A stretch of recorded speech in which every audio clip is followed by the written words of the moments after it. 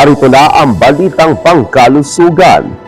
Kakulangan sa calcium posibleng magdulot ng osteoporosis. Posibleng magdulot ng osteoporosis ang kakulangan sa calcium. Ito ay isang kalagayan o kondisyon kung saan ang mga buto ay numinipis, humihina at madaling mabali ayon sa mga ekspertong pangkalusugan.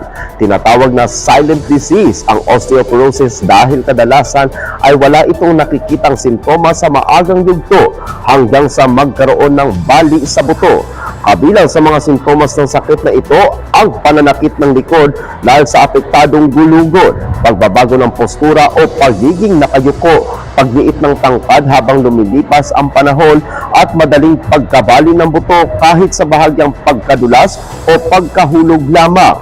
Mas karaniwan ito sa mga edad 50 pataas at sa mga kababaihan, lalo na sa mga nagmenopause na.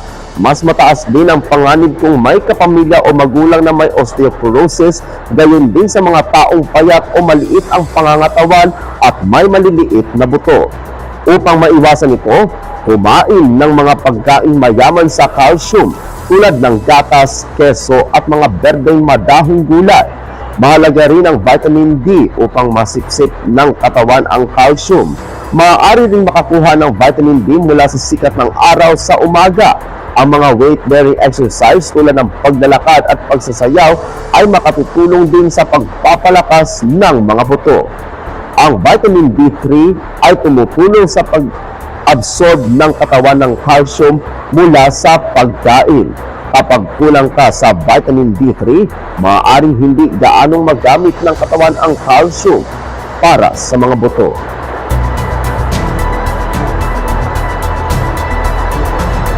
Yan ang balitang pangkalusugan. Ako ang inyong lingkod sa Balita Online, Apolinario Freddy Dignadisi Valencia.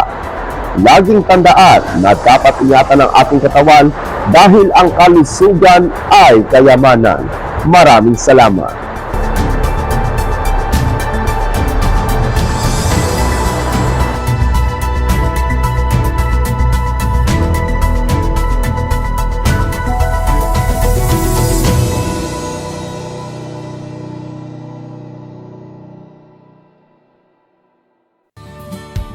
Hello, Kasadya!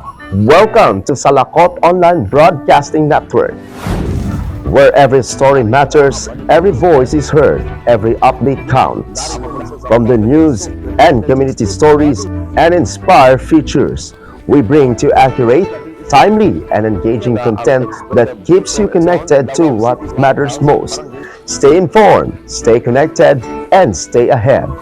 Salakot Online Broadcasting Network, the voice of the community beyond boundaries. Like, comment, share, follow us today and never miss an important update.